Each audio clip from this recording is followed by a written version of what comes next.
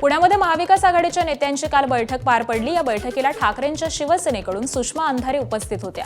महाविकास आघाडी म्हणून चर्चा केली। आज पुन्हा जागा वाटपाबाबत चर्चा करू अशी माहिती सुषमा अंधारे यांनी बैठकीनंतर दिली।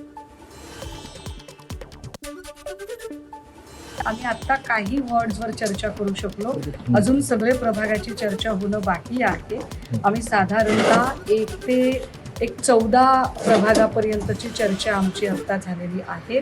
अजून काही चर्चा करणं बाकी आहे, त्यामुळे उर्वरित जी चर्चा आहे, प्रभाग इतके सगळे जास्त असल्यामुळे आणि ही सगळी चर्चा आता होऊ शकत नाही सलगपणे, त्या मानवीय मर्यादा लक्षात घेता आम्ही उर्वरित जी चर्चा आहे ती उद्या पुन्हा बसत आहोत चर्चेसाठी।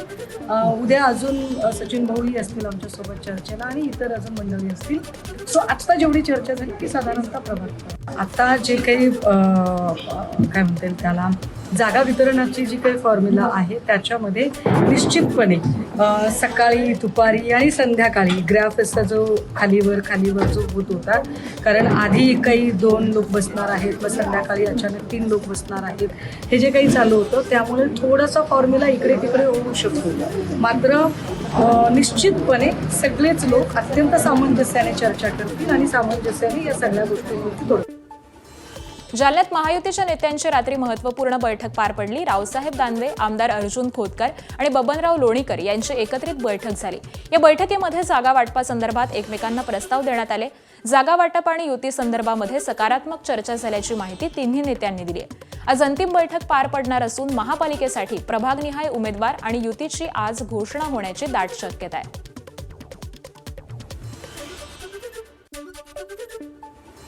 आमची संयुक्त बैठक आज अत्यंत चांगल्या वातावरणामध्ये पार पडली। दानवे साहेबांनी सांगितल्याप्रमाणे प्रस्ताव एकमेकाला दिले आणि 100% शिवसेना, भाजप, राष्ट्रवादी, रिपाई अशा प्रकारची युती होण्याची 100% खात्री आहे। जागा वाटपाच्या संदर्भात आमची चर्चा झाली।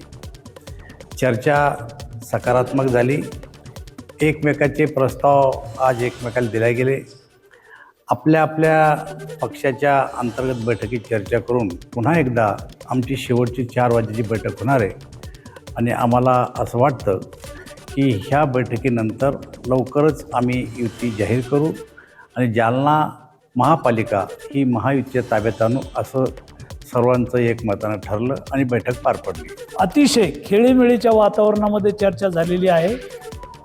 भारतीय जनता पक्ष आहे, शिवसेना आहे, RPI आहे, अजितदादाचं राष्ट्रवादी आहे, सगळ्यांनी आम्ही एकमेकाला प्रस्ताव दिलेले आहेत। प्रत्येक पक्ष जास्तीत जास्त आम्हाला जागा कशा मिळतील हे प्रयत्न करत असतात, पण गेली 40 वर्षे एकत्र असल्यामुळं उद्या आमची युती होईल। जनतेची इच्छा आहे की महायुती इथं झाली पाहिजे आणि त्याप्रमाणे आम्ही बसून ठरवलेलं आहे। अमरावती महानगरपालिकेच्या निवडणुकीसाठी भाजप आणि शिवसेनेमध्ये जागा वाटपासाठी बैठकांचा जोर पाहायला मिळतोय। बैठकीमध्ये सकारात्मक चर्चा झाली आहे, पण अजून जागा वाटप पूर्ण झालेलं नाही।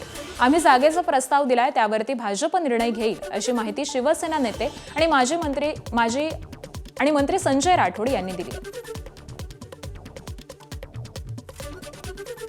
शिवसेना भारतीय जनता पार्टीची युती होणार आणि त्या दृष्टीनं अतिशय सकारात्मक पॉझिटिव्ह बोलणी चालू झाली आहे आणि सीटाचं सुद्धा या ठिकाणी बऱ्यापैकी आमचं ठरलेलं आहे।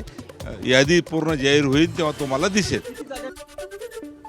अकोला महापालिकेतील महायुतीतील तिन्ही पक्षांचा जागा वाटपाचा संभाव्य फॉर्म्युला ABP माझाच्या हाती लागलाय। 2017 मध्ये जिंकलेल्या आणि सध्या तिन्ही पक्षांच्या ताब्यात असलेल्या जागा त्याच पक्षांच्या ताब्यात राहणार आहेत। अकोला महानगरपालिकेतील 80 पैकी 48 जागा एकट्या भाजपकडे आहेत, तर शिवसेनेला 8 आणि राष्ट्रवादीला 5 जागा मिळाल्या होत्या। त्यामुळे तिन्ही पक्षांच्या ताब्यामध्ये असलेल्या 61 जागा सोडून उर्वरित 19 जागांचे तिन्ही पक्षांमध्ये वाटप होणार आहे।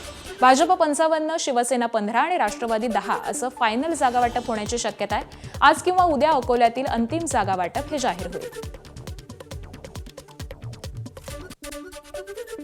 कोल्हापूर महानगरपालिका निवडणुकीसाठी काँग्रेसनं पहिली यादी जाहीर केली आहे। काँग्रेसच्या पहिल्या यादीमध्ये 48 उमेदवारांच्या नावाची घोषणा करण्यात आली आहे। यामध्ये राजेश लाटकर यांच्यासह अनेक दिग्गज माजी नगरसेवकांच्या नावाचा यादीमध्ये समावेश आहे। तर ठाकरेंच्या शिवसेनेमध्ये ज्या जागांबाबत चर्चा सुरू आहे त्या जागांचा पहिल्या यादीमध्ये समावेश नाहीये। सोलापूर महापालिका निवडणुकीसाठी भाजप आमदार सुभाष देशमुख आणि आमदार विजयकुमार देशमुख यांचा निष्ठावंत पॅटर्न सुरू झालेला आहे. भाजपच्या निष्ठावंतांना तिकीट न मिळाल्यास ते ज्या पक्षामध्ये जातील त्यांचा प्रचार आम्ही करणार असल्याची भूमिका त्यांनी स्पष्ट केली आहे. भाजप आमदार सुभाष देशमुख यांनी मोठे विधान केल्यामुळे त्यांच्या या वक्तव्याची सर्वत्र चर्चा सुरू आहे. जर भाजपमधून आमच्या निष्ठावान कार्यकर्त्याला तिकीट मिळालं नाही तर ते महायुतीतील इतर पक्षामध्ये जातील आणि आम्ही त्यांचा प्रचार करू, असं देशमुख म्हणाले. माझं असं मत आहे की ज्या कार्यकर्त्यांनी आमच्यासाठी पक्षासाठी काम केलेलं आहे त्या कार्यकर्त्याची क्षमता असताना त्याच्या पाठीची संपूर्ण भाजप असताना त्याची क्षमता, भारतीय जनता पक्षाची ताकद त्याच्याबरोबर, नागरिक त्याच्याबरोबर असताना जर बाहेरच्याला उमेदवारी दिली तर स्वाभाविकपणे आमची नैतिक जबाबदारी आहे अशा कार्यकर्त्याच्या पाठीशी खंबीरपणे उभा राहणं. मुंबई महानगरपालिकेची निवडणूक राष्ट्रवादी काँग्रेस स्वबळावरती लढण्याची शक्यता आहे. मुंबई महापालिकेसाठी आज भाजप आणि शिवसेनेनं जागा वाटप जाहीर केलं तर राष्ट्रवादी काँग्रेसचे प्रदेशाध्यक्ष सुनील तटकरे पत्रकार परिषद घेऊन 100 उमेदवारांची यादी जाहीर करण्याची शक्यता आहे.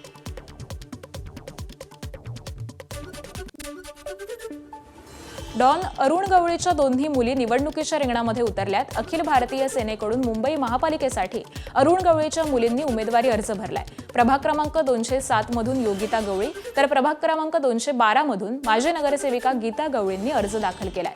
माजी नगरसेविका वंदना गवळींविरोधात योगिता गवळी या उभ्या आहेत. वंदना गवळी अरुण गवळींच्या सून आहेत. मुख्यमंत्री देवेंद्र फडणवीस आज विदर्भाच्या दौऱ्यावरती असून ते अमरावती आणि गडचिरोलीला भेट देणार आहेत. अमरावतीतील डॉक्टर पंजाबराव देशमुख स्मृती पुरस्कार 2025 हा मुख्यमंत्री देवेंद्र फडणवीस यांना देण्यात येणार असून या कार्यक्रमाला देवेंद्र फडणवीस, महसूल मंत्री आणि त्याबरोबरच अमरावतीचे पालकमंत्री चंद्रशेखर बावनकुळे, राज्यमंत्री पंकज भोयर उपस्थित राहतील. मुख्यमंत्री देवेंद्र फडणवीस यांच्या हस्ते अमरावती शहरातील सुजान कॅन्सर हॉस्पिटलचं लोकार्पण होणार आहे आणि त्यानंतर मुख्यमंत्री गडचिरोलीला जातील. गडचिरोली पोलीस दलातर्फे गडचिरोली महोत्सव सुरू झालाय आणि त्या कार्यक्रमाला देखील ते हजेरी लावतील. पालिका निवडणुकीच्या पार्श्वभूमीवरती ठाकरेंच्या शिवसेनेनं छत्रपती संभाजीनगरमधून काल प्रचाराचा शुभारंभ केला. आदित्य ठाकरेंच्या उपस्थितीत प्रचाराचा शुभारंभ झाला. यावेळी संभाजीनगरच्या क्रांती चौकातून गुलमंडीपर्यंत मशाल रॅली काढण्यात आली आणि त्यानंतर आदित्य ठाकरेंनी सभा घेतली. यावेळी मोठ्या प्रमाणामध्ये कार्यकर्त्यांनी गर्दी केली होती.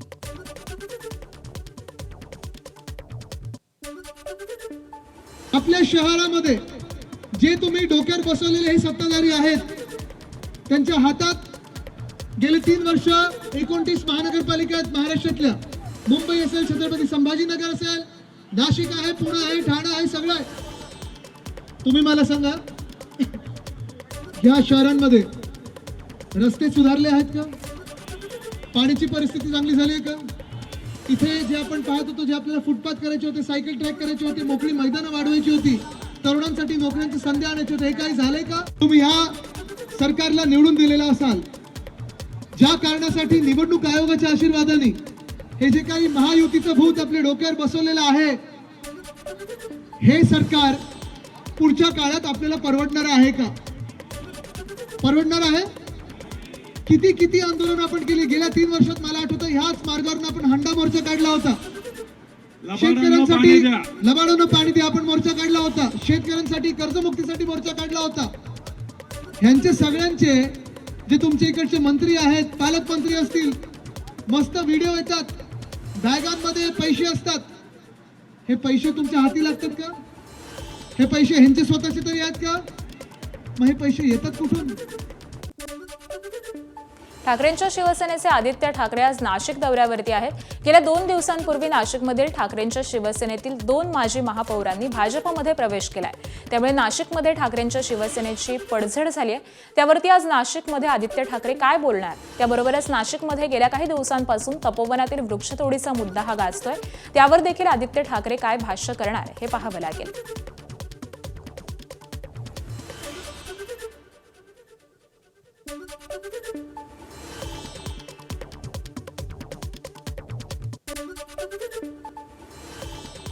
बॉलिवूडचा भाईजान दबंग सलमान खान आज आपला 60वा वाढदिवस साजरा करतोय. पनवेलमधील फॉर्म हाऊसवरती सलमान खाननं काही मोजक्या लोकांच्या उपस्थितीत वाढदिवस साजरा केला. यावेळी बहीण अर्पिता खान, भारतीय संघाचा माजी कर्णधार महेंद्रसिंग धोनी, पत्नी आणि मुलीसोबत उपस्थित होता. संजय दत्त आणि हुमा कुरेशी देखील वाढदिवसाच्या पार्टीमध्ये सहभागी झाले होते. अभिनेता सलमान खानचा आज 60वा वाढदिवस आहे आणि या निमित्तानं वांद्रे वरळी सी लिंकवरती विद्युत रोषणाई करून अनोख्या पद्धतीनं सलमान खानला वाढदिवसाच्या शुभेच्छा देण्यात आल्या.